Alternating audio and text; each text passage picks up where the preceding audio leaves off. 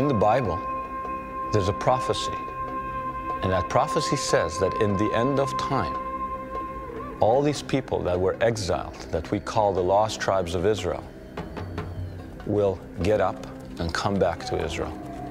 And it'll start happening all over in the four corners of the world. And they'll just get up and start moving back. And what if it was actually happening? Here you have this prophecy, and people are actually getting up. They may be in your own neighborhood, and they're packing their bags, and to you, they're just somebody else packing their bags and moving. But in actual fact, they're responding to some kind of biblical post-hypnotic suggestion. I'm not talking about 1,000 years. I'm talking about 2,700-year-old suggestion that they're responding to now. And we could actually film these people and match the prophecy with the events. And the reason it should matter is that because once they do what they have to do, they trigger the apocalypse.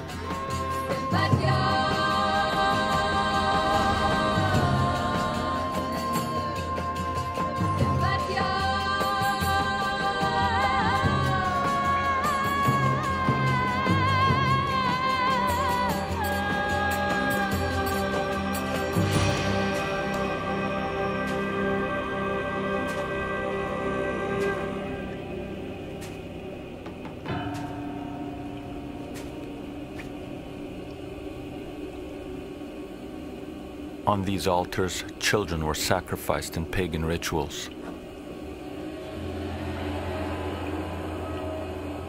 Scripture tells us that the tribes of Israel deserted the God of their forefathers and worshipped idols in places like this. The prophet said that for this sin, the Israelite tribes would be conquered and exiled until the end of time, when they would be found and redeemed.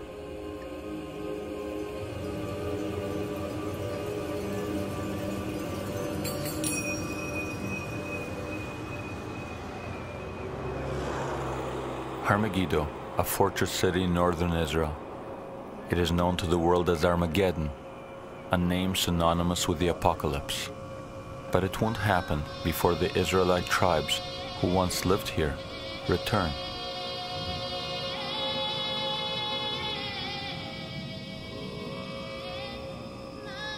According to prophecy, the countdown to the apocalypse and final redemption begins when the tribes are found, one by one. So this is the challenge before us. How are we going to find millions of people that no one has noticed? When I say find them, I don't mean discovering a people that's never made contact with Westerners.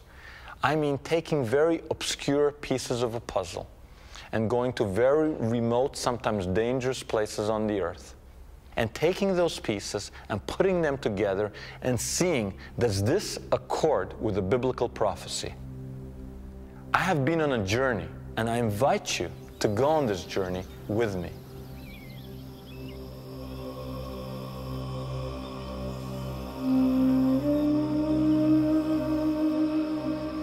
In the early 1980s, I went to Africa to document the plight of the Falashas, the black Jews of Ethiopia. These people were caught in the midst of persecutions, war, and famine.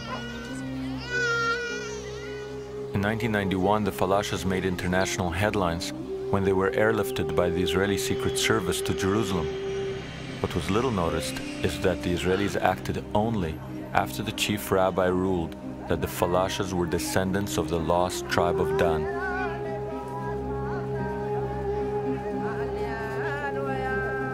Can you imagine the lost tribes of Israel making front page news?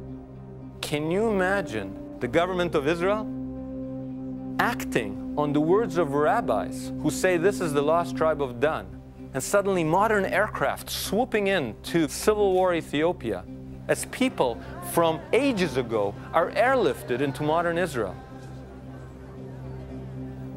Seeing the Ethiopians in Jerusalem, I thought, was this just an anomaly? Or was the biblical prophecy beginning to unfold?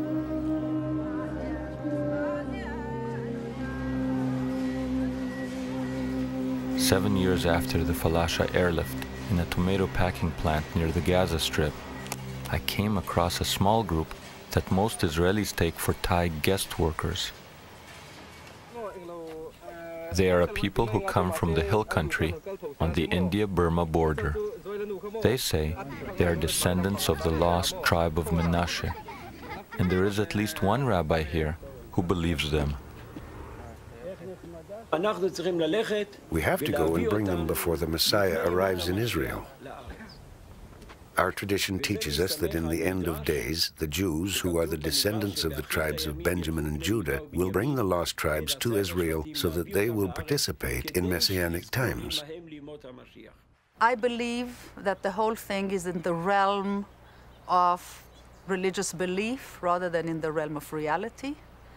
That there is a strong necessity to find the tribes for religious theological reason, both Jewish and Christian.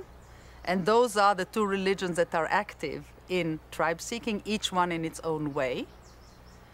And all the attempts to find them, I think, have no sound historical evidence. It is the belief that keeps the 10 lost tribes alive, not the people themselves.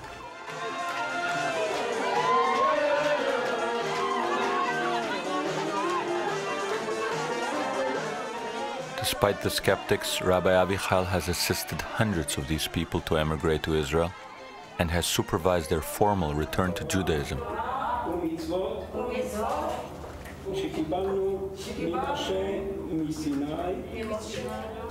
Can the rabbi be right? Is the key to the future submerged in these people's past?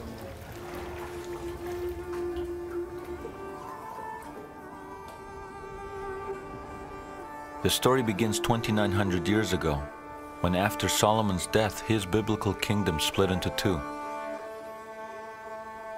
In the south, Judea, home to 3 tribes including Judah, which gave its name to modern-day Jews. In the north there was Israel, home to the people that would later be called the lost tribes of Israel.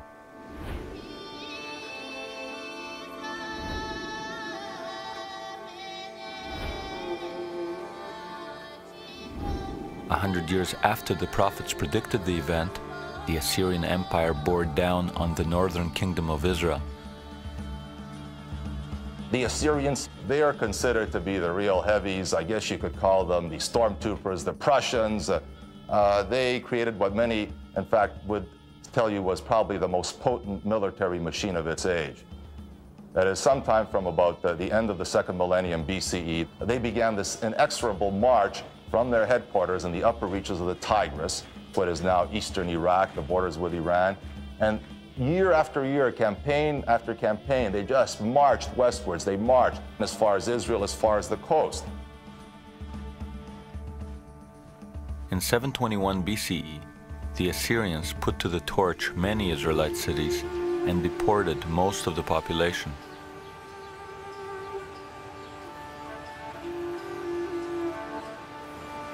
Most scholars believe that the tribes were lost because in exile they could not have held on to their identities. They must have assimilated. We are talking about 2,700 years ago. There are historical documentations, historical records, actually found in excavations from, say, the 5th century BC that record Israelite names in Assyria.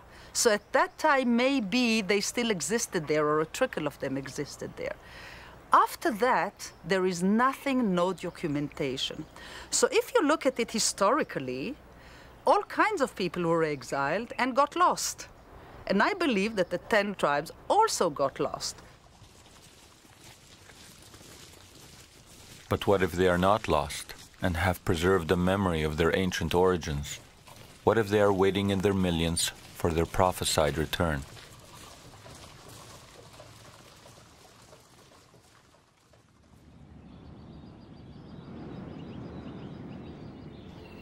The hill country where Burma meets India is home to the people called Manmase or Manasseh, who are now claiming descent from the lost tribe of Menashe.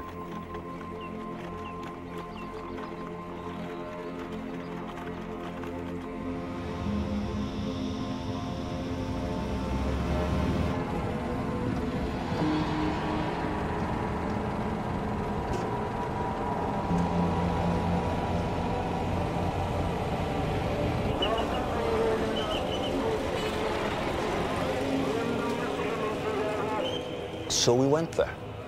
And what we found there is a war zone. Over and over in pursuit of the tribes, we found ourselves in the middle of a war zone. And what's the war about? It's about territory and ethnicity. And these people that call themselves Manasseh are fighting a people called Naga, and the Naga are saying, their enemies are saying, you don't belong here. You know, and we know, that you're not from here. Would you ever think that on the Indian-Burmese border, there's a tribal conflict, and being an Israelite is part of the issue?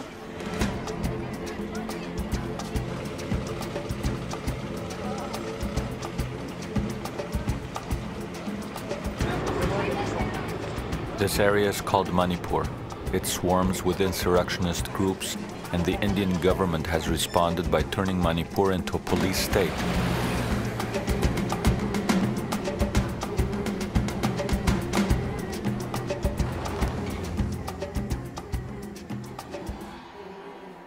The local mortuary receives daily deliveries of the victims of Naga violence.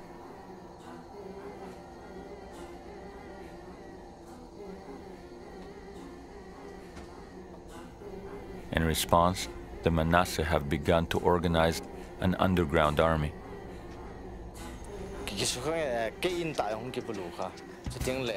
My village was attacked. My own house was burnt and my uncle was killed. They destroyed my village. Israelites are good fighters. We are good fighters. That is why we are not afraid. We are not afraid to fight. We feel we are warriors.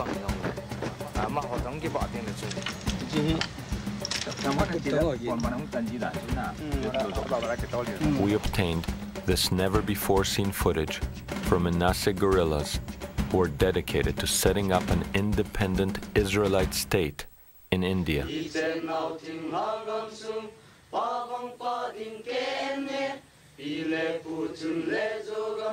The flag of Jalangam, which is the flag for the future sovereign state, has the Star of David in the middle. One, because the Manasseh believe they are one of the lost tribes of Israel, from the tribe of Manasseh. Secondly, the Star of David is a neutral figure or symbol. All the clans would find it acceptable.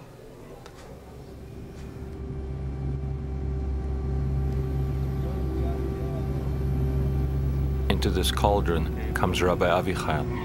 He's drawn here by the fact that for reasons no one can explain, thousands of locals are now claiming to be Israelites.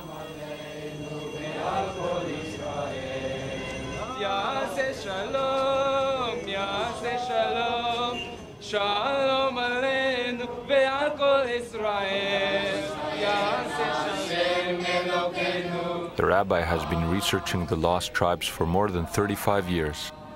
He firmly believes that the Manasseh are indeed remnants of the tribe of Menashe, sent into exile 2,700 years ago.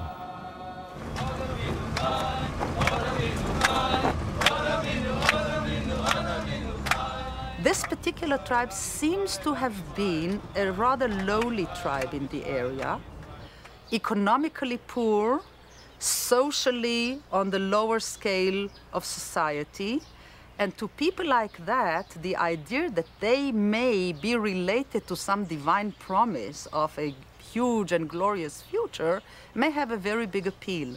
And when Rabbi Avichai came, he already found a tribe that has managed to convince itself that it belongs to the 10 lost tribes. We believe to be a Jew is not by body. To be a Jew is by soul. So you can be sometime in all the generation to change your body here and there, but the soul remain after all Jewish soul. And I believe in all my heart that you people have Jewish soul. I want to go to Israel as soon as possible so that I can worship my God in peace and without any obstacle. Israel today do it very, very slowly.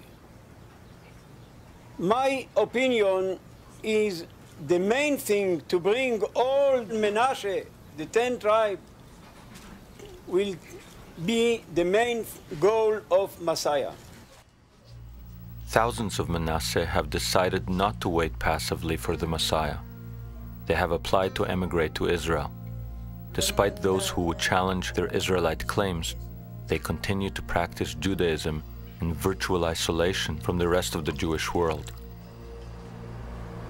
In this small place called Manipur, which is at the corner of India, we're still alive and we are Jews and we like to go back to the place where we belong. We would appreciate it if things become better for us and we're allowed to go to that place which is our fatherland, that is Israel.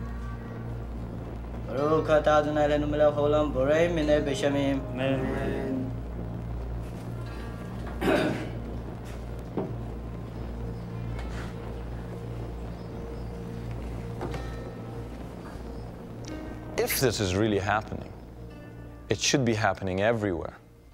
Because the prophecy is clear. It's not a few people here and there. Ezekiel talks about the staff of Judah being rejoined with the staff of Joseph. And the staff of Joseph are the 10 lost tribes of Israel. There's 1.5 million Menashe. That's a lot of people. Where are the rest? So we said, okay, let's go back to the ancient sources. Where did they go? Where did they go? The Assyrians, who destroyed the northern kingdom of Israel and took the people into exile, had a propensity for making wall reliefs. And this is very fortunate for us, because it's almost like having someone with a video camera, a journalist with a video camera, present 2,700 years ago. Because after they destroyed the Israelites, they went home, created palaces, and created these huge wall reliefs showing the destruction. You see them being killed, and you see them being taken prisoner, and you see them being deported. And it's a very clear difference. Obviously, killing is one thing. You see them being flayed alive. Taken prisoner, you only see men taken prisoner, and you see them being deported, you see them being deported in family units. So we've got a lot of evidence. They never deported people as just the men or just the women to be concubines or something. They deported families. They kept them together. The only group of charioteers that the Assyrians retain intact as an elite unit of charioteers is an Israelite unit from Samaria. What this means is that they were appropriated by the core of the empire to the service of the center of the empire. The Israelite charioteers are retained intact. The fact that they were kept together in military and family units gave us hope that perhaps they had survived the deportations after all. That's a beautiful way of doing that. That's beautiful. I cannot say that it's impossible. No, I cannot say it's impossible. I would say it's very optimistic. People were thrown into nowhere amongst many other peoples, and we have no evidence whatsoever that anything survived the Assyrian melting pot. Maybe the evidence lay elsewhere.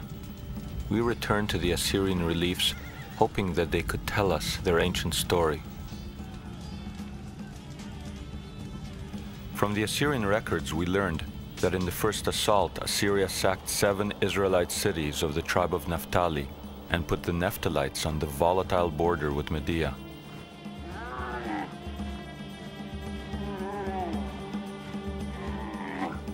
As the Assyrians lost ground to the Medes, the Israelites found themselves under Median rule in an empire that extended from modern Iran to Central Asia.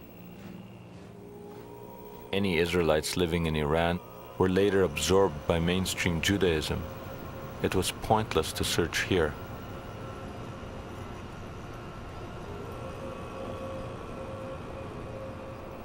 Perhaps we would find the lost Israelites behind the former Median Empire, along the superhighways of the ancient world, across Uzbekistan, on the road to China.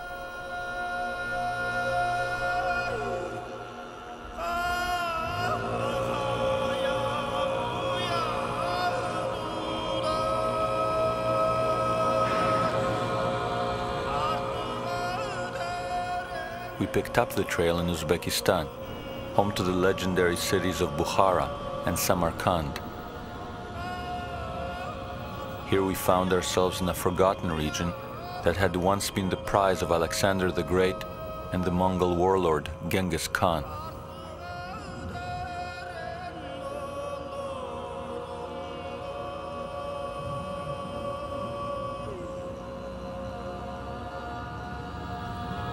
Founded over 2,500 years ago, Bukhara was the cultural center of the region. From this place, one could go and trade in all directions. The city of Bukhara is really at the crossroads. The legendary Silk Route, which started in the 2nd century, came right through Bukhara. In the 12th century, the famous Jewish traveler Benjamin of Tudela wrote that there was a Hebrew tribe here which considered itself to be one of the lost tribes that were exiled by the Assyrians.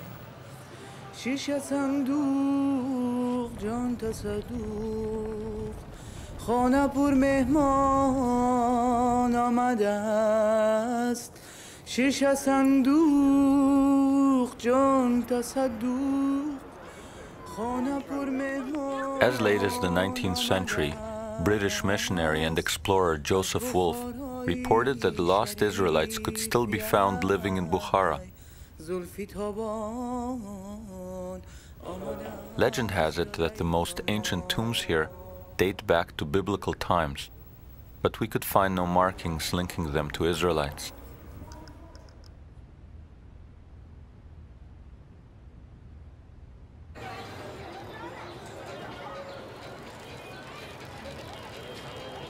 Not far from these tombs is a Jewish community of uncertain origin. The first clue that they are related to the lost tribes is the name Issacharov, common in this area and nowhere else. Issachar is one of the lost tribes, and many of the people here, including the local rabbi, claim Issachar as an ancestor.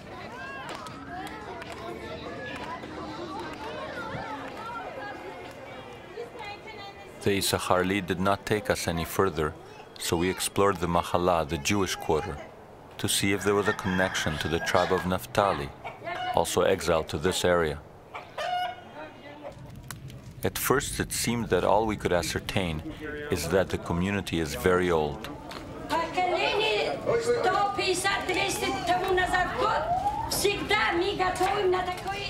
For many hundreds of years we've been preparing matzah in this oven. It is a very, very old custom. These customs are ancient, thousands of years old. When God gave us Jerusalem, we were preparing matzah by hand, just like this.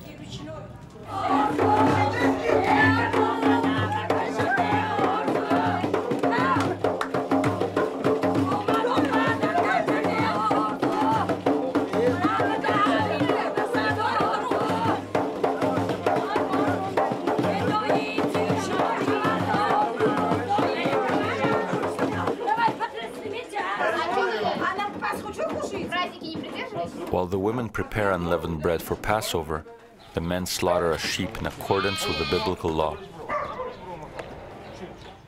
The tradition of the Paschal lamb is as old as the Bible itself. A sheep is slaughtered with an extra sharp knife in one quick cut.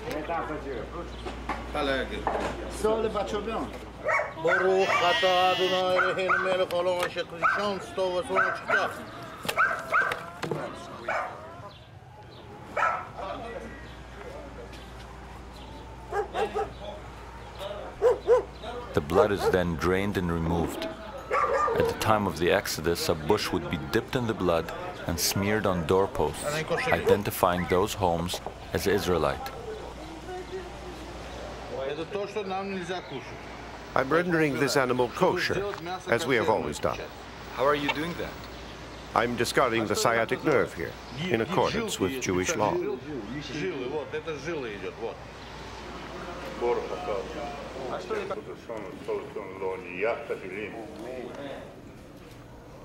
When they were first discovered, they didn't claim to be Jews, they claimed to be Israelites. It's only in the last few hundred years that they've integrated themselves into the body of the world Jewish community. And the Bukharan Jews are important because they tip you off that the history of the lost tribes is a hidden history. That there are political reasons why their history would have been hidden. So for example, in Bukhara, in Uzbekistan, this country that was part of the former Soviet Union, anything Israelite was hidden and locked up because it was not in the interests of the local authorities to say that Israelites were here before the supposedly indigenous people. And in Bukhara, we actually had a guide who ran the Bukharan Museum who was torn between pursuing the truth and looking out for himself in a political climate where it's still policy to hide anything Israelite. So for example, he gave us access to the basement of the Bukharan Museum. On top in the museum you have all the official history, and in the basement, locked up, you have anything Israelite.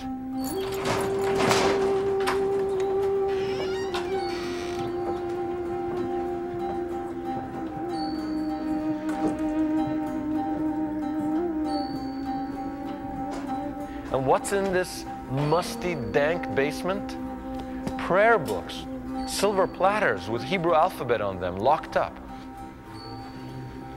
Torah scrolls, Bible scrolls are locked up as if they're some kind of state secret. Anything with a Hebrew letter, anything signifying some kind of historical Israelite presence, locked up.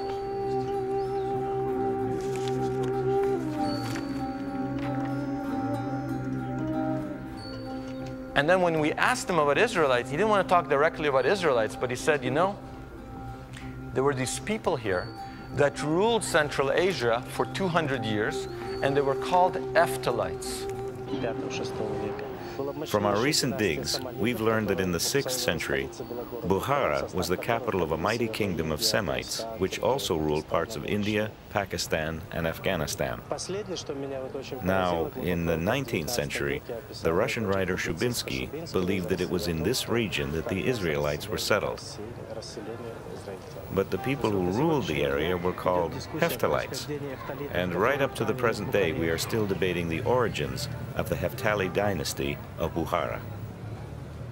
Who are these Hephthalites? Have you ever heard of Hephthalites? Any Hephthalites here? I don't want to offend anybody. Looking in the Britannica, I found Hephthalites. And what does the first line say? It says, this much-named and enigmatic tribe ruled Central Asia in the 5th and 6th centuries. Are we following here? Much-named, many names, and enigmatic, mysterious tribe. Now, why is a tribe that ruled Central Asia for 200 years mysterious? You'd think you'd get to know them after the first 100 years of rule. The second sentence was revelatory as well, because it says they were known to medieval writers as Ephthalites and Nephtalites. It seemed to us that the Nephtalites must have been the lost tribe of Naphtali, but we wanted some hard archaeological evidence.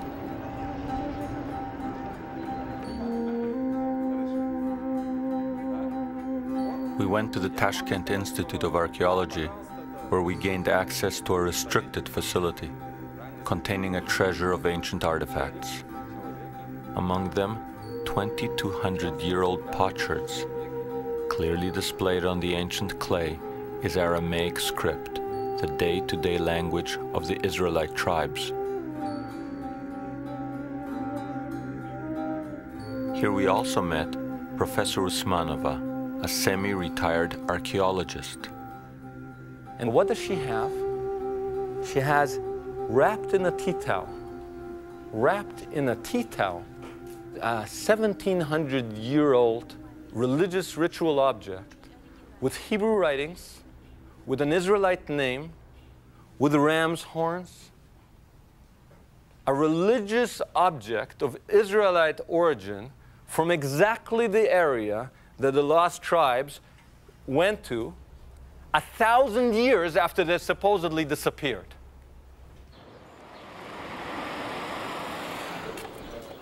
Unbeknownst to most Israelis, the majority of Bukharan Jews have now emigrated to Israel.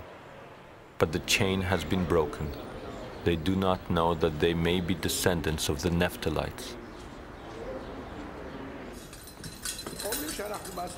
They say that we are descendants of the lost tribes, but we don't know which one. All we know is that we are Jewish. That's what is important.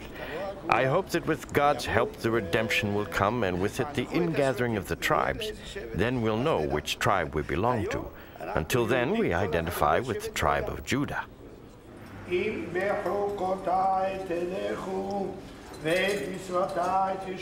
If by my laws you walk and my commandments you guard and do them, I will give your rain in due season. And you shall eat your bread to the full, and you will dwell in your lands safely, and I will be your God, and you shall be my people. I am God, your God, who brought you out from the land of Egypt, that you shall not be slaves to them. And I have broken the bonds of your yoke, that you may go upright.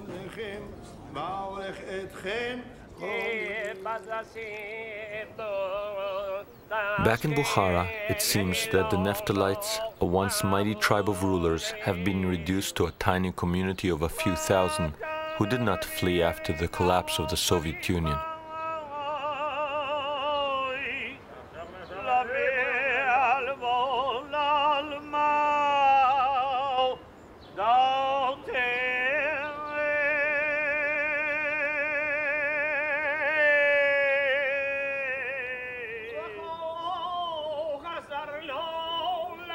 Once, you could find these people in dozens of towns dotting the area. Now, there are only a few isolated Bukharan Jewish enclaves, including this one, in the jewel of Central Asia, Samarkand, a city with a history dating back more than 2,500 years.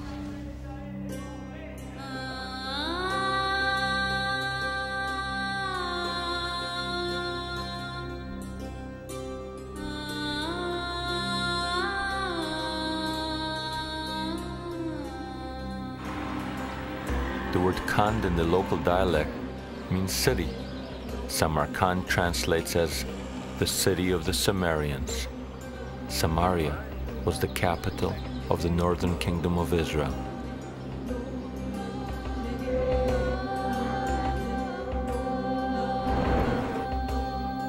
We continued along the Silk Route towards China.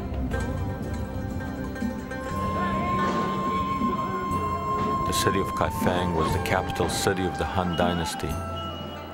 Following the Nephthalite trail, we learned that the Chinese records say that the Nephtalites were here. They were labeled Jews or Yuda by the Chinese. It is virtually impossible to identify a Jew in Kaifeng today. But there was one government official who was willing to talk. There was a Jewish community, but now there is no more Jewish community. There is no Jewish community anymore. Only a few families. This is the synagogue, former site of a synagogue. Okay. And can you write also here the two family names? Only for your reference. I understand.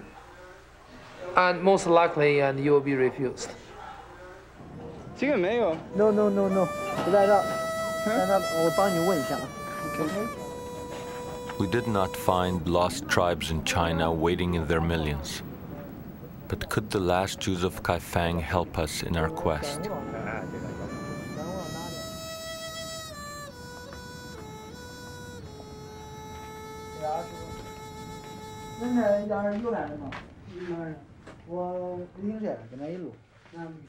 这给他一路他来。你是哪个旅行？不是，我只是他这个人。300年以前已经没有了教堂。About 300 years ago, our synagogue ceased to exist. Without the synagogue, there was no place for the Jews to congregate. Without a congregation, there were no more rabbis.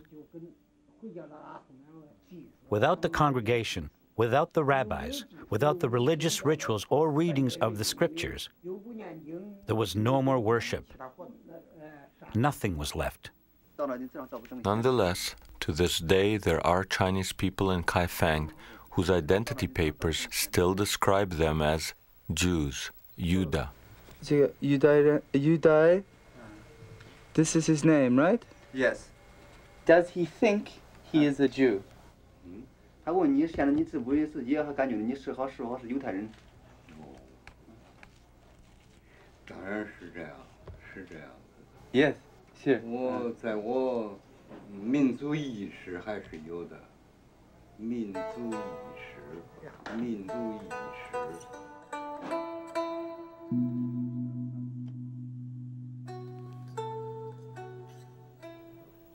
Amidst the mementos of the last Jews of Kaifeng, we thought, is it possible that the Manasseh of India and Burma are the remnants of an unknown exodus across Central Asia and China? Perhaps it was time to further investigate the Manasseh claim.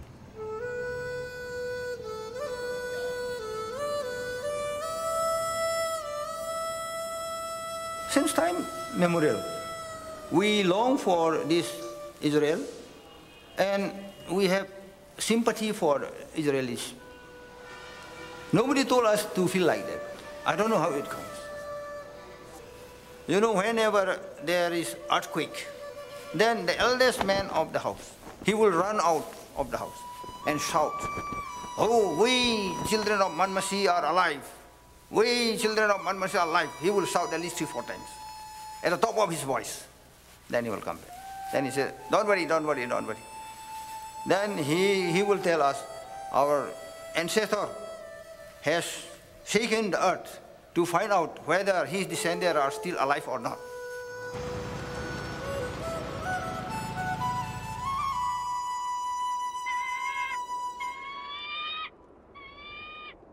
There's something very poetic about the possibility that the Manasseh of Northeast India are the descendants of an unknown, long-forgotten Israelite trek across China into Burma, finally ending up in India.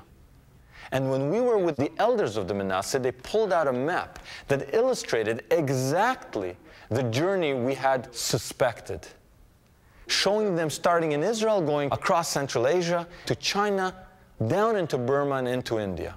And in fact, they went further and started singing a song in an archaic form of their language. A song not of the unknown Exodus, but this time a song of the known Exodus. The Exodus with which we're all familiar. The Exodus of the Red Sea parting. The Exodus of eating quail that falls from heaven, water coming from the rock, and the enemies of the Israelites drowning in the Red Sea.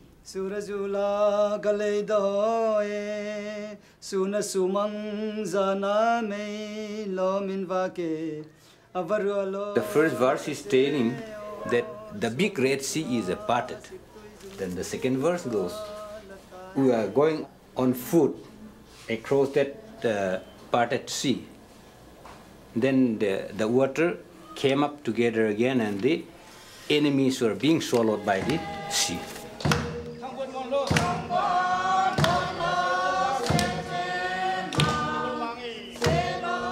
They were being guided by a flame at night and a cloud during the day.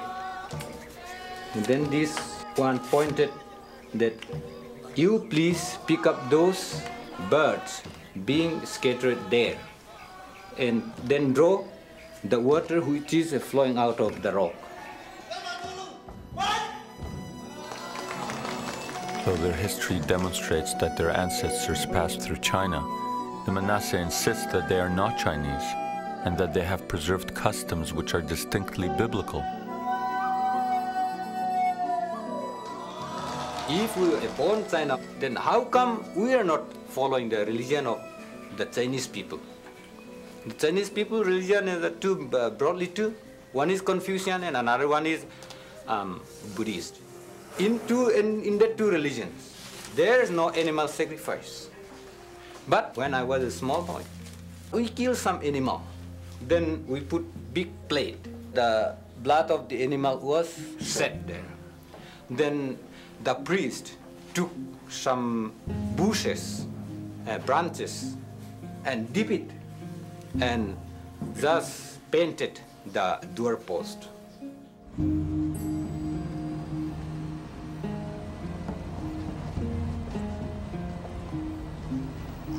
In 1894, Protestant missionaries came to these hills.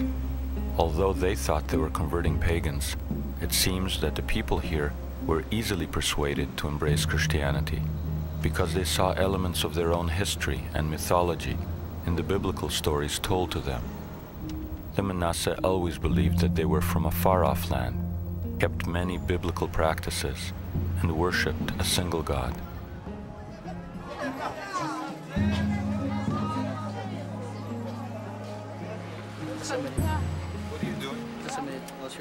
When we learned that Manasseh eat pork, we thought these could not be Israelites. But interestingly, they mixed the pork with ashes and regard it as a meal of shame to be eaten outside the home. These are the ashes. We'll put ashes and then they'll put water in here. But this is what we call it soam. Inside this, they used to put pork meat inside it. And then they ferment it, and then it becomes smelly. When it becomes smelly, they take out this portion, and then we take it, and then we put it, and then we boil it. And is that meal a sign of mourning? It's not a meal of mourning, but I think it shows us that we have been cursed. The reason why we have been thrown out from the land of our ancestor. But according to our forefathers, once you make this meat and the pork in here, that means you have made this thing unclean. If people ask us how long you have been eating this thing, this has been a curse from generation to generation, so we are still using this. So we're waiting for Shiloh to come and deliver us from all these things. Shiloh will redeem us. Now that's a very strange construction because Jehovah is the God of Israel, and Shiloh, or Shiloh in Hebrew, was the holy place for the northern tribes, for the lost tribes. And Shiloh seems to be a fusion of those two terms. Shiloh will redeem. And the same person who said that appeared to us in a talit, in a prayer shawl, which looked identical to the prayer shawls that the Jews wear all over the world. This shawl is known as tolopuan.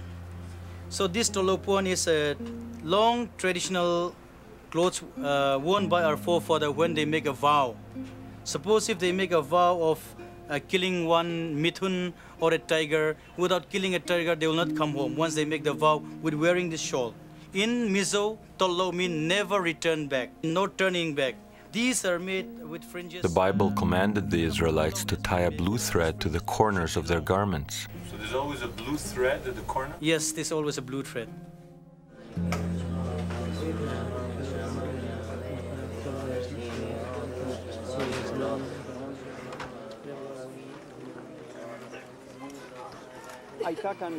These people have had a problem in that the Jewish world couldn't relate to them. No one answered their appeals. No one answered their cry. About 50 years ago, a man named Chala, who was one of their leaders, they regard him as a prophet, told them that the time had come for them to return to the land of their forefathers. Many got up and were willing to follow him.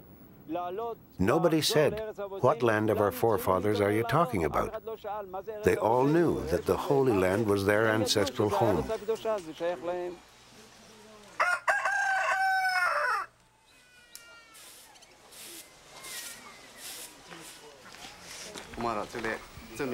People called my father a prophet, and in a sense he was. It was revealed to him that we were Israelites. But he wasn't a prophet in the sense that Jeremiah, Ezekiel, or Hosea were prophets. No, he wasn't a prophet in that way. But in order for us to realize who we are, he did have a revelation.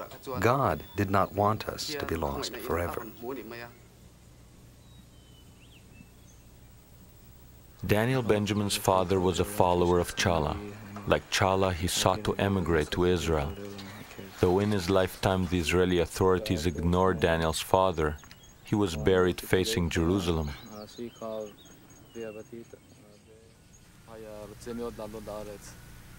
My father wanted very much to immigrate to Israel. He was, in fact, one of the first to return to Judaism, to start practicing Judaism in this part of India. He was a leader of our community. He also taught me a lot about Israel, about Zionism, and about Judaism.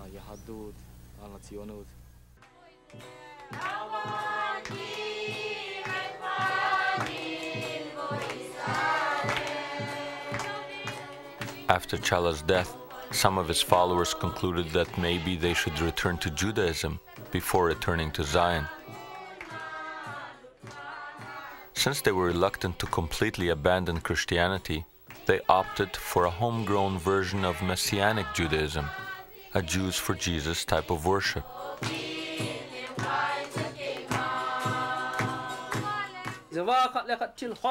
But for some of the Manasseh, the call of their ancestors eventually proved too strong to ignore.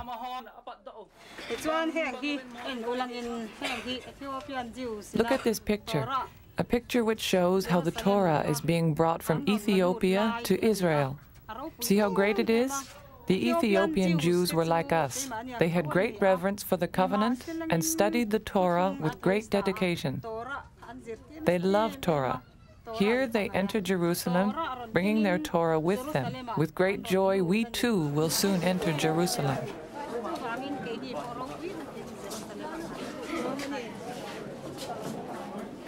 Thousands of Manasseh have now forsaken Christianity and adopted Orthodox Judaism.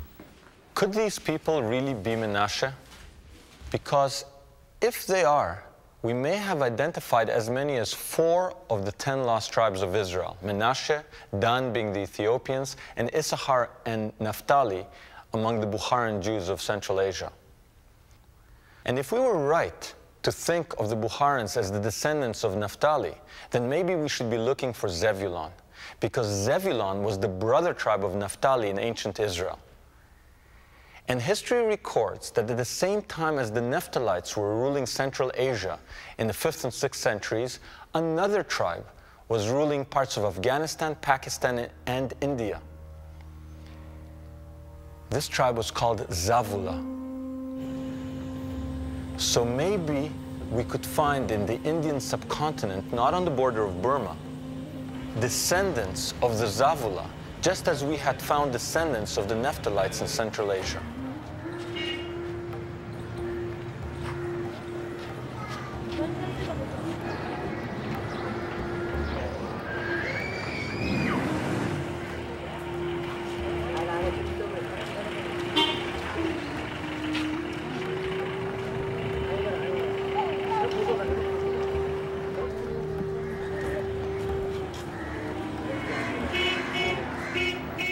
In the course of our research, we repeatedly came across a little-known group in India that could not be easily related to other Jews. So we made our way to Bombay in search of Zebulon.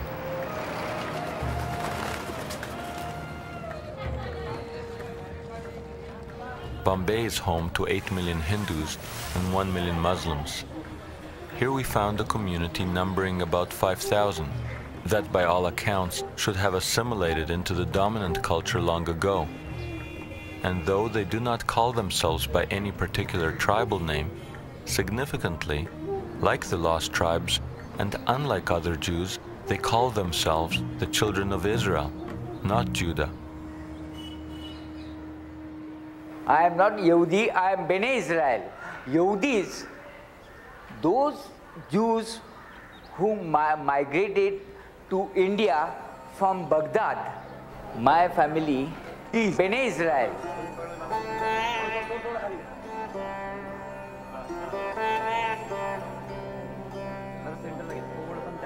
"300 years ago, a Jewish merchant traveling through the coastal region was stunned to see Indian peasants chanting Jewish prayers. Fascinated, he stopped to inquire as to how they knew these prayers, and was shocked when they replied that they were Israelites who had lived in India from ancient times. Skeptical of these claims, the merchant visited a village and presented the Bnei Israel with an assortment of fish to be made into a meal, some kosher, some not. When he saw that the villagers knew which fish were kosher, he was convinced that they were an Israelite community, and he helped them return to Judaism.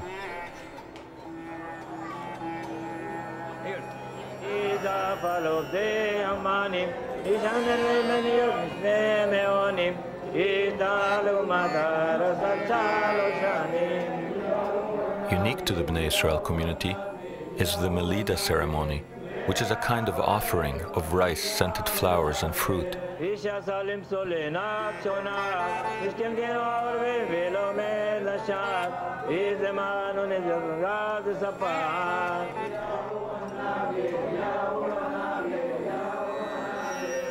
Though they had forgotten the reasons behind some of their practices, the Bnei Israel had clung to them as something precious to be passed through the generations.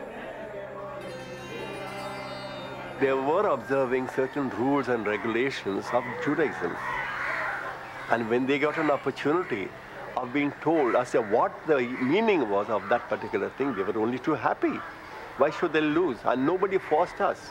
If they had said, no, you must become Hindus or you must become Mohammedans, but nobody ever forced us because we were such a minority in the whole population of India. Nobody worried about us. But what if they were not always a tiny minority? What if the mysterious rulers of northern India in the 5th and 6th centuries were indeed the lost tribe of Zebulun?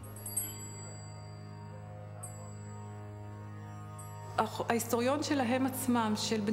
Bnei Israel community's own historian, his name was Chaim Kar, wrote a book about the Bnei Israel at the turn of the 20th century. He believed that they are descendants of the lost tribes. He thought the tribes were scattered to the ends of the earth, and some made their way to India. He talks about various practices they have, and compares them to the rituals of the Jerusalem temple. For example, the Melida ceremony. He argues that in an earlier period, they even had sacrifices like those in the temple. But these are all speculations. There is no documentation or proof. After nearly 3 millennia, there may not be proof, but there is a tantalizing hint. The holiest site for the Bnei Israel of India is a rock outcrop 100 kilometers south of Bombay.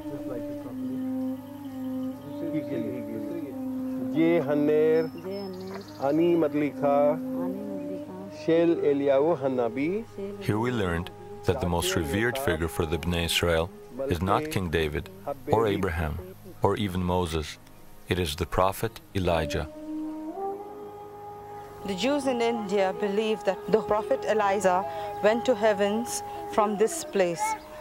The mark of his chariot can be seen on the stone rock that we are standing on. The hooves can be seen laid down there, and they said that his chariot slipped here, and on the top of the mountains over there you can see another sign of the hooves of his horses.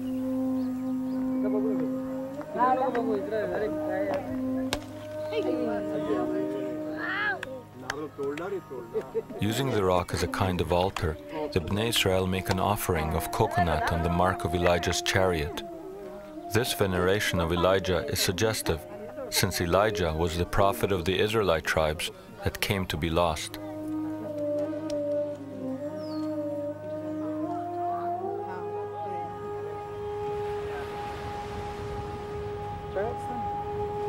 But how would they have gotten here? The community has its own myth of origin.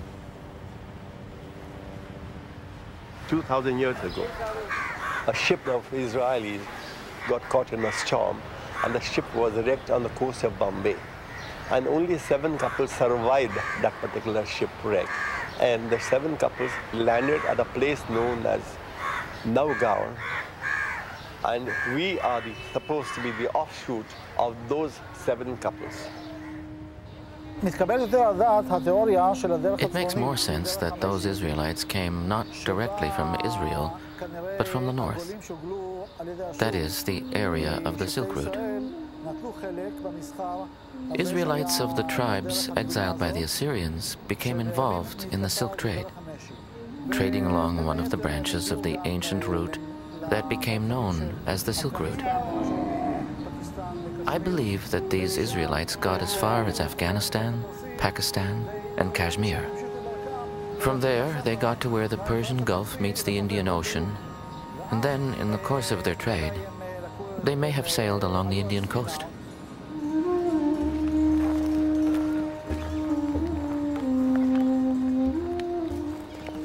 Whichever way they got here, the Bnei Israel can still point to the graves where the survivors of the shipwreck are said to be buried. It now seems that we can draw a plausible link between the Bnei Israel and seafarers coming from the north. But does this prove that the ancient rulers of northern India had any connection whatsoever to the lost tribe of Zebulun? We have coins that say Javula on them. We have recorded history of their capital city called Baruch, which in Hebrew means blessed. We know that the title of their king was Mir HaGola, which in Hebrew means light of the exile. And we know the name of the king, their most famous king, was Torah Mana, which in Hebrew or Hindi means, or seems to mean, belief in the Torah, faith in the Torah, faith in the books of Moses. So unless these were all coincidental, we could speculate that the Zavula of India and Pakistan were really the lost tribe of Zebulun.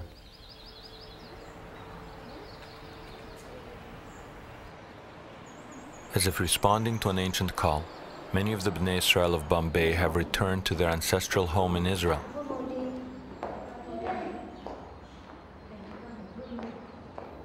They gravitate towards Elijah's cave and continue to demonstrate their reverence for the biblical prophet. Elijah's cave is in the old territory of Zebulun.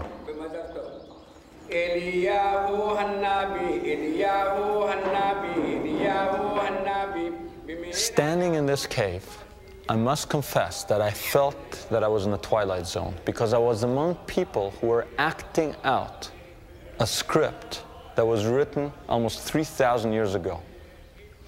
And they seemed to be fixated on the prophet that warned the tribes of their exiles and promised them redemption in the end of days. But there was a problem here.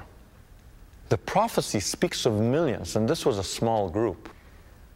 The biggest tribe we had found was Menashe, 1.5 million. Perhaps the clue was there, because the brother tribe of Menashe was Ephraim. So perhaps we had to look for Ephraim, and for that we had to go back to our treasure map, we had to go back to the Bible.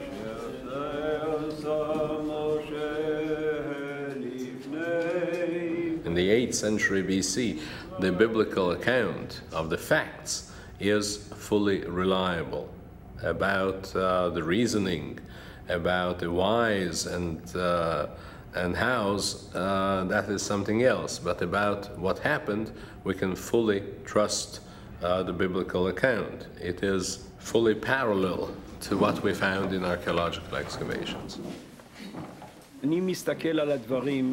I look at things as a believer. For me, the scriptures are paramount. In the Book of Kings, we find in several places references to where the tribes were exiled to. Also in the Book of Chronicles. It says in these texts that they were exiled to 5 places. First, the mountains of the Medes. This is in the direction of Kurdistan and the Caucasus. Second, the river Gozan. Third, Hala. Fourth, Hara. And last, Havor. Where are these places? In modern Syria, there are places that roughly correspond to the biblical locations. There is a river called Havor, and nearby there is a city called Gozan. It's very interesting. A few documents were found recently in a city on the river Habur, called Durkatlimu, a German excavation. And in 1993 they were published. Only 4 documents, I think, and in 1 or 2 of them there are Israelite names. One of them is Hezekiah. Now the date is the first year 2 or what, of Nebuchadnezzar. So that means they are not Judeans. They definitely are Israelites. Israelites in the area of Habur, where they should be. Today there are no Israelites waiting by the river Chavor. But what if they moved east, taking their place names with them?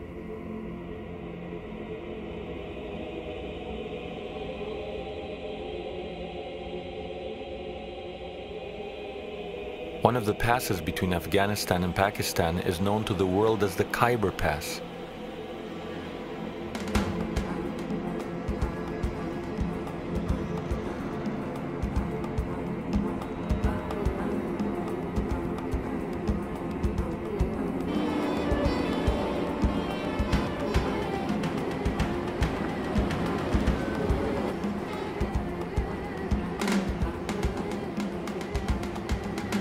The Khyber Pass is one of the most lawless and dangerous places on earth.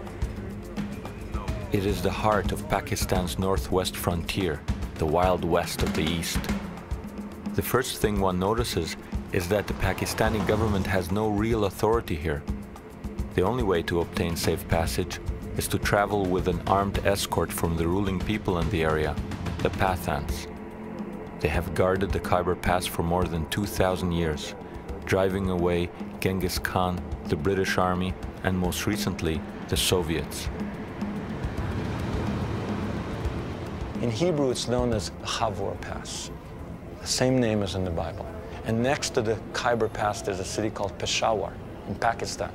Peshawar means the same thing, the Chavor Pass. So we thought, could the Khyber be Chavor in the Bible? If it is, there should be here a river called Gozan. And right there, flowing into the Kabul River, is the river Ghazni.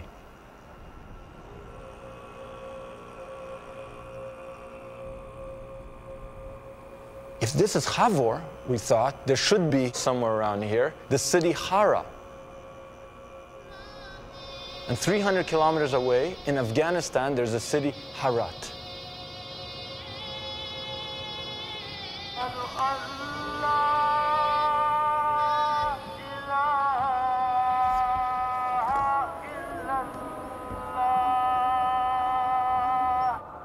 The whole world knows this area as a hotbed of Islamic fundamentalism. There are 15 million Pathans and not a single Jew among them. But we set out to investigate whether under the Islamic surface lies an Israelite past.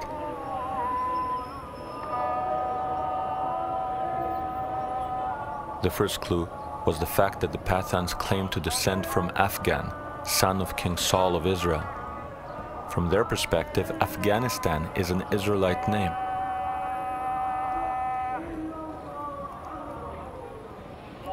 At worship, they seem like any other Muslims.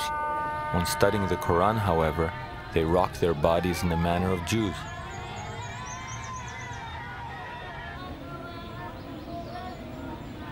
To this day, it is an ancient code called Pukhtunwali, rather than Islamic law, which commands their ultimate loyalty. It is said about Pushtun, you know, Pushtun is really as a fifth region itself. Is not, we have got our own code of conduct. And not that whatever your Quran says, Pushtun all believe in that. We don't do much of the things which are not conveyed by Quran really. That's why it is said, it is a proverb that Pushtun nim Quran namani. Or Pukhto pinzam mazhab de you know. Pukhtuwali, the code of the Pukhtu. And what is this Pukhtuwali? It's basically Old Testament law in a kind of unforgiving way, where you don't have any kind of rabbinical softening of it. Eye for an eye means eye for an eye, literally. Adultery, you're finished. If there is a conflict between your own Pukhtunwali law and Islam, Which do the Pathans choose? Our customs are those of the Pukhtun, or Pathan. There are 11 Pathan tribes in the Khyber. We all have the same customs. The main law here is the Islamic Sharia. But we Pathan follow our own specific Pukhtunwali customs. For example, according to Islam, there must be established evidence for the conviction of adultery. You cannot convict anyone without sufficient evidence of fact.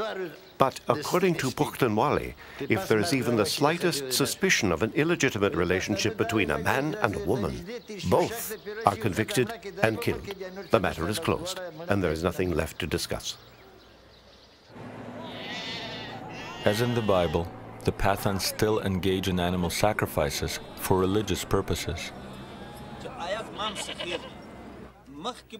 I am of the Musahel, the people of Moses. We make sacrifices of sheep. For example, at a wedding festival, our elders would sacrifice 4 sheep. Today, when times are good, a man can sacrifice 10 sheep. We make these sacrifices to please God and the people too. Also, some people used to light oil lamps on Friday nights to ask for forgiveness and blessings from God. Such are our traditions.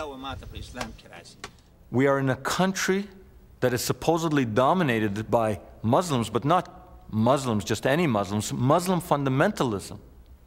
And yet we come face to face with people that say we are Musahel. We are from the people of Moses.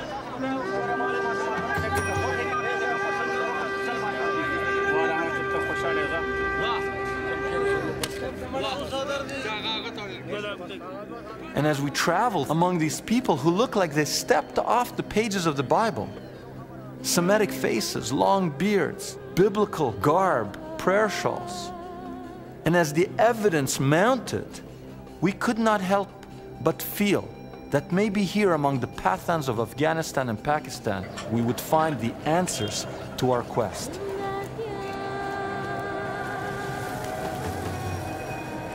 We were astounded to learn that the Pathans adhere to biblical laws that were thought to have disappeared thousands of years ago. As in the Bible, those accused of manslaughter can escape to designated cities of refuge. It is mentioned in our old books that if you kill someone unintentionally, then you can flee to a designated place of refuge. Our books tell us that Moses ordered Joshua to establish cities of refuge and told the people that they should honor them.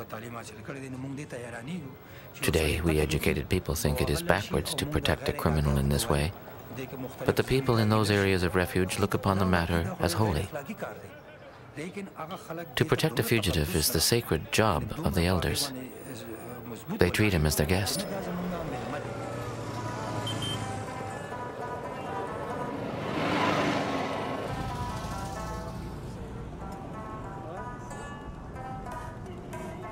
It seemed the Pathans are trapped in time, tenaciously adhering to their ancient ways. They've literally created a wall between themselves and the outside world. They live in these extended family compounds, their women hidden inside.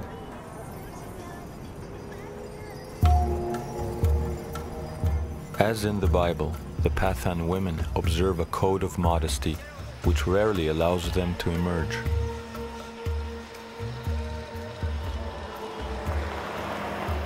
I asked the Pathan, how could you have love songs when you keep your women hidden?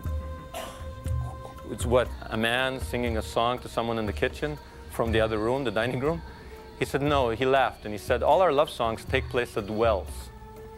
The only legitimate place for a woman in modesty to be seen is at the well. And immediately it struck me that every one of the biblical romances happens at a well. Moses meets Zipporah at a well, right? Jacob meets Rachel and Leah at the well. Rebecca for Isaac is met at the well. It's always at the well.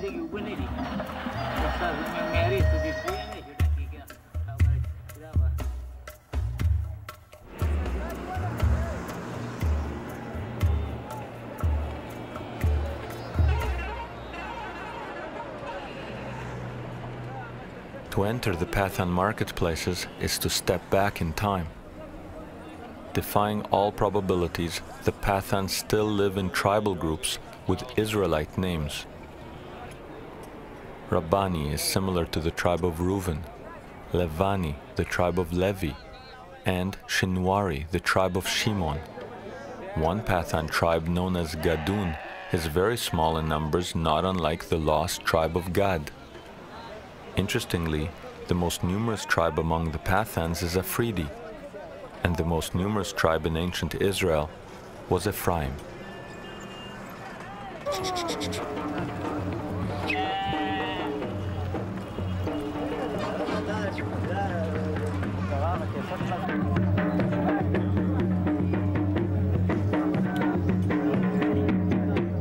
There is even a sub-tribe called Waziri, known for wearing its hair long. In biblical times, Naziri, such as Samson, also did not cut their hair.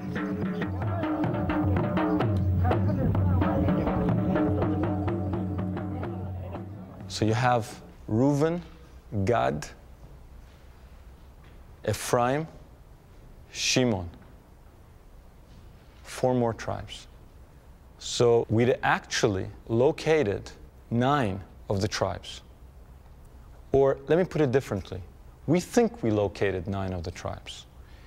If we haven't located 9 of the tribes, then it's a very strange coincidence going on, that you have all these people with biblical names, with biblical practices, with an Israelite memory, exactly where they should be according to the biblical map. If someone can come up with another explanation, I'm open to it. But I couldn't understand it. There are people living among the Pathans who claim descent from the Assyrians and still preserve an oral tradition of the conquest of Israel.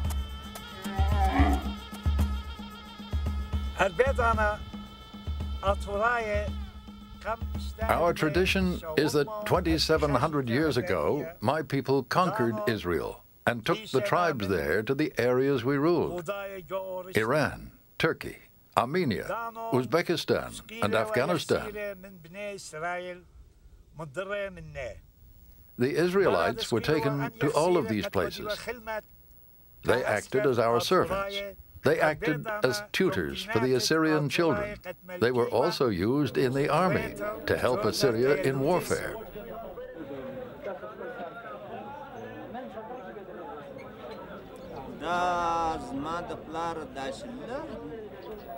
When I was young and had no beard, my grandfather's uncle died at the age of 115. We called him Baba, or grandfather. He used to say that we are the children of Israel. I was young, and at that age people forget things. They don't care much about history or talk of this kind. But now I would like to know, what are our origins? Where do we come from?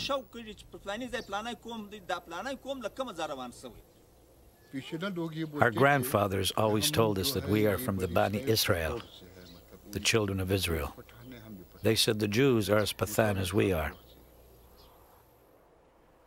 It's clear that a Judaic memory persists, but were there ever people here who openly identified with Judaism? If you look up Harat in the Encyclopedia Judaica, for example, you'll find 1 or 2 paragraphs. If you look up a Western Jewish community, you'll find pages and pages and pages. And when you look up Harat, it says the Jewish community may have been in Harat for somewhere between 1,000 and 2,000 years. They're talking about a community that lived somewhere for at least 1,000 years, and there's a paragraph or 2 on them. What does this tell us? It tells us that they're lost to our consciousness, that they've fallen off the Western radar screen.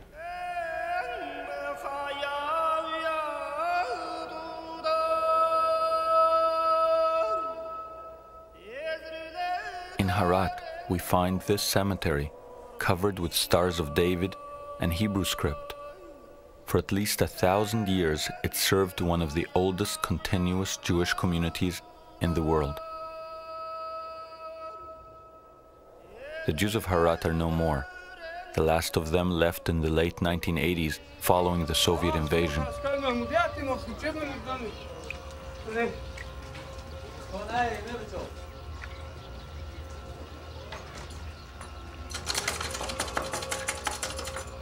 The country is now torn by civil war, and yet a Pathan tribesman agrees to take us to one of the old synagogues.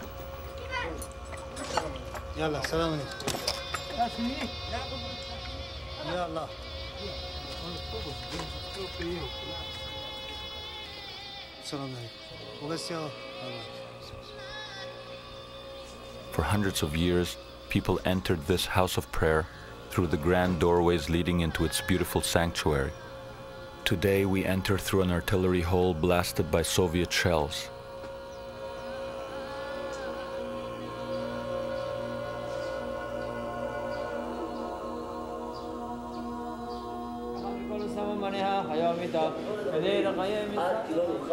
There is now a tiny community of Afghani Jews in Israel.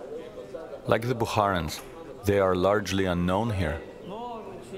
They remember their former Pathan neighbors as not quite Jewish, but perhaps related to them in some way. They were the ones who wore these prayer shawls, four-cornered garments like we do. And they didn't really know what they were, and they used to be surprised to see us wearing similar things. They would say to us, "You're Jews? How could you be Jews?" They'd be surprised. I remember them coming from the border areas, from the mountains, from Pakistan, places like Jalalabad. And I remember people said that to this day they still lit candles on the Sabbath. They would put the candles under these baskets and didn't know why they were doing it. They had all these traditions they didn't know the origins of. Except they said, that is what our forefathers did. Did they think they were Jewish?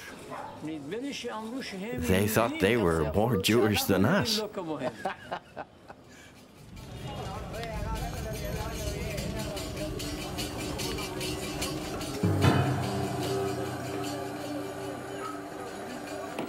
The prophets say that equal numbers of Israelites and Judeans will herald the Messiah. Interestingly, the number of Pathans and Jews in the world is virtually identical. The prophecy also foretells that it is Menashe and Ephraim that will take the lead in the return.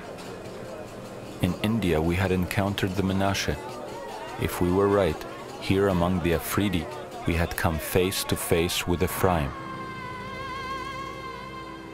However, before we could accept that the end of days was upon us, we needed more proof. On the road to Armageddon, it now seemed appropriate that our journey take us through a minefield.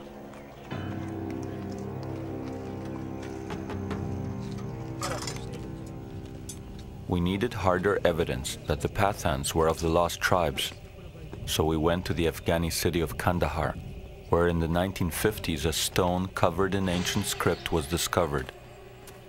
During the Soviet invasion, this stone was buried under rubble and surrounded by mines. Here, red dots mark undetonated mines, which we skirted to get to the site.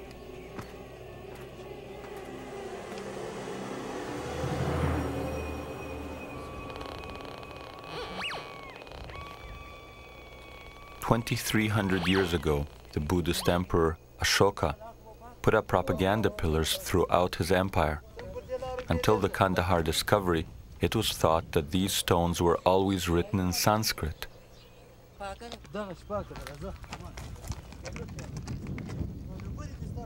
But the stone buried here is written in Aramaic.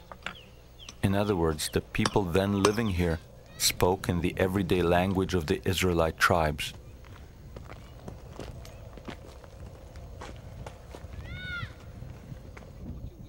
We came here with a local elder in the hope of photographing it, but in its present state, that proved impossible. It's under here. The stone is very big and there is ancient writing all over it. Same hard surface as this one, but no one can get to it now. This is definitely the place. There's no point in looking any further. We did look further. We were tipped off that across the border in Pakistan, there was another stone rarely mentioned by Western scholars. Look at that. There it is, right over there. What is it? What is it? Here, the stone was accessible. To our surprise, we discovered that it too was not written in Sanskrit, but in the Aramaic alphabet. I see all the letters, the Aleph, the Ain, and I'm standing in front of this 2,300-year-old postcard from the Lost Tribes. And when we pack up our gear and we go, and I'm like in shock, because I didn't expect to find it. I was thinking it's in Kandahar. I didn't know there was another one here. And there's two more in places we didn't go. And one has on it the Hebrew month of Elul. So then this guide comes up to me and they told me, don't say you're Jewish, don't say anything, because people here are very Muslim, they may not take kindly to you. So he says, why were you able to read that? And I feel, I don't want to lie to this guy. And I said, because I'm a Jew. And this person, who's supposed to be my enemy, leans over with tears in his eyes, embraces me, and says, then you are my brother. So maybe it was happening. Maybe the end of time was unfolding. I was standing there and I got goosebumps. I said, wait a minute, is this it? Am I making a film, or am I turning into the reporter from Armageddon?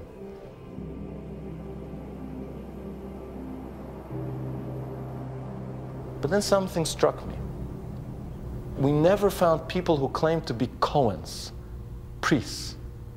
And that's a big problem, because if we're really analyzing prophecy, return of the tribes leads to Messianic times leads to the rebuilding of the temple of God in Jerusalem, and that leads to the renewed rituals that take place there, and that requires a ritually pure caste of priests.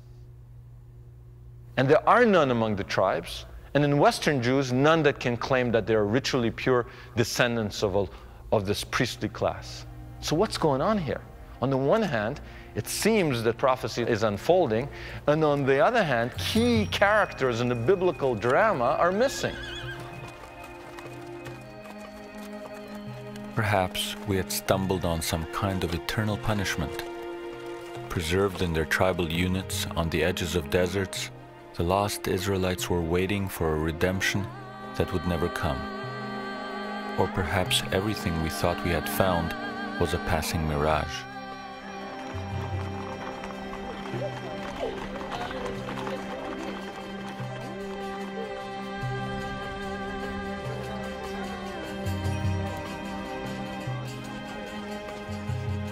There was one lead we hadn't followed, one tribe whose descendants we had not encountered, the tribe of Asher.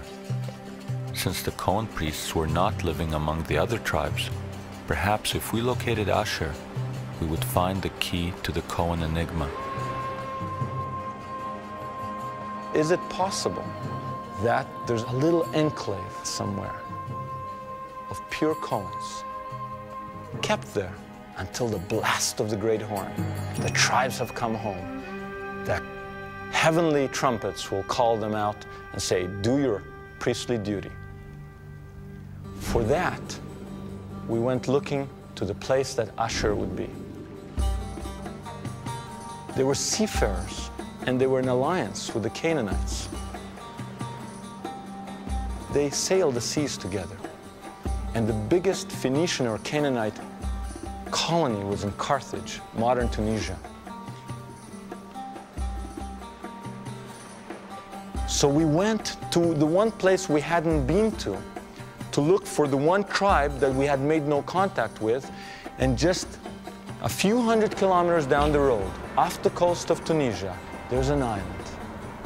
And on that island, there's a community that have been there since biblical times.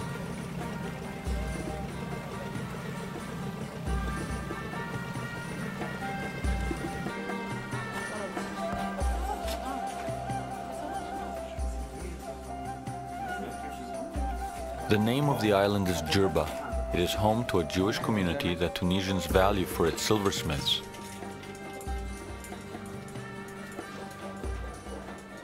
Most historians maintain the theory that the Jewish community in Jerba is the oldest community in Jewry in the whole world. Some of them, they say that the Jewish community was established even before the construction of the first temple. What we now learned is that the community is split into two distinct quarters. One for Spanish Jews who arrived here in the 16th century, and one made up not of Asherites, but of Cohens, and no one else.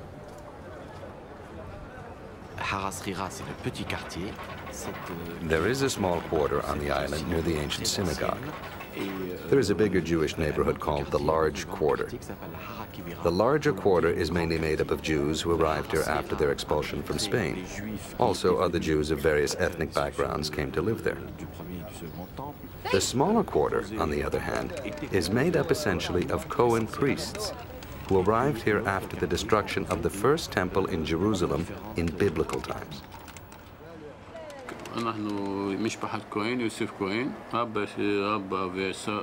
I am from the Joseph Cohen family. I have it from my father and my father's father that our tradition is that we came from the priestly neighborhood. We are Cohens, and it is 2,000 years that we have been living here on this tiny island. The story goes that this community was founded in biblical times by temple priests that quarreled with the religious hierarchy in Jerusalem. Here, they found a place of refuge, setting up the Grupa synagogue, which locals still consider one of the holiest sites in Judaism.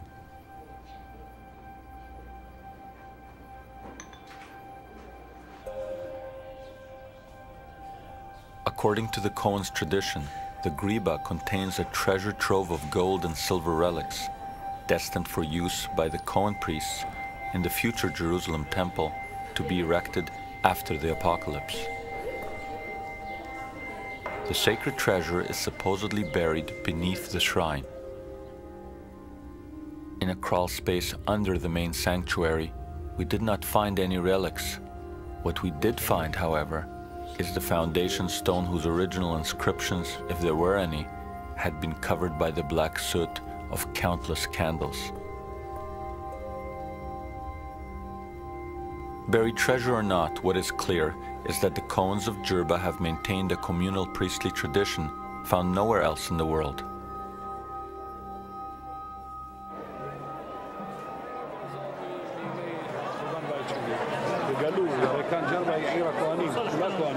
You know, Jerba is the island of Cohen priests. All are Cohens.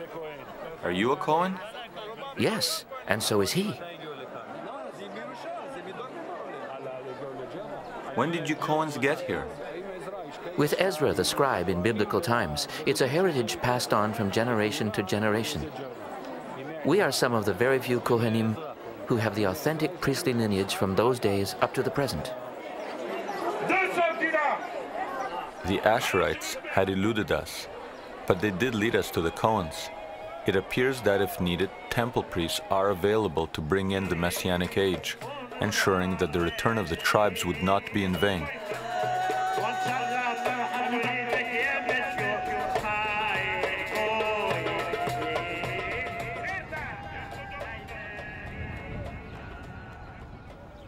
There is a divine promise in the Bible that the tribes will return, that they will be united, that they will prosper and grow. And this is a promise that was uttered by many of the prophets, Isaiah, Jeremiah, Ezekiel, in very flowery language, in very nice metaphors like in Ezekiel. But now there is a flaw. There is a promise hanging there which has not been fulfilled.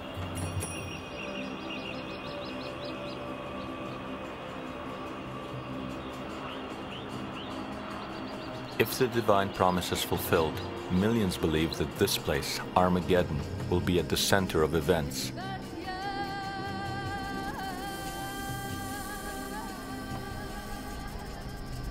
It is here that long ago Israelite tribes put up one of their fiercest battles against the Assyrians.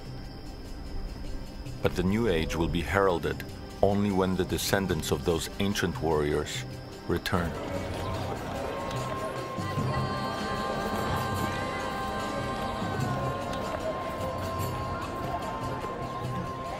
Daniel Benjamin is one of the few who have made it from the India-Burma border to Israel. If he is from the lost tribe of Menashe, he is one of the first Israelites to serve in a Jewish army in nearly 3,000 years.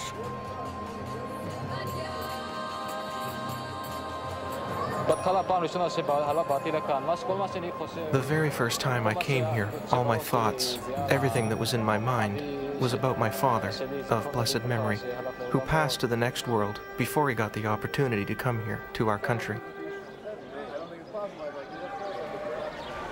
So the first time I arrived in this place, I cried in my heart.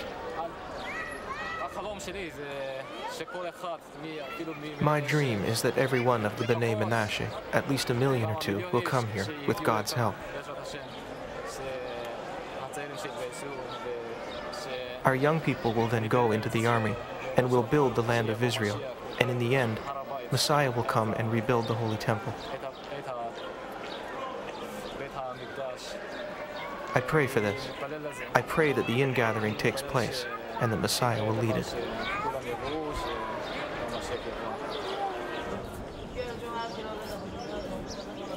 Seeing Daniel pray next to an Ethiopian Israeli, I couldn't help but wonder if the story had come full circle, if the tribes of Dan and Menashe had begun the long prophesied return of the lost Israelites. The lost tribes of Israel are no longer lost. The lost tribes of Israel have never been lost. What was lost is our consciousness. What was lost is our sensitivity to parts of the world that are not Western. We were lost to them. They've never been lost to themselves.